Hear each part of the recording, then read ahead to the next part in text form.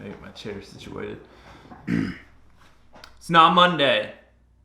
That means we're tying knots. This week, figure 8, stopper knot.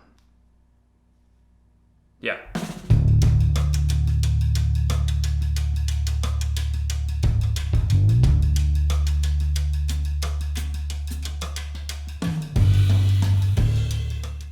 Now, the beauty of a figure 8 stopper knot is that it is a super simple knot to tie, and unlike an overhand knot, it does not bind up on itself. So if you're using it to stop a line from running through a cleat or a block and you put a lot of tension on it, as soon as you release the tension and you go to untie the knot, it will come untied very easily.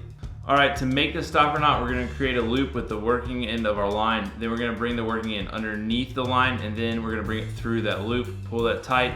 You've got your figure 8 stopper knot. Hope you guys learned something. If you did, hit like, leave a comment. Let me know what some of the other knots that you guys wanna see me tie. And yeah, hit subscribe. And I'll see you guys next Monday.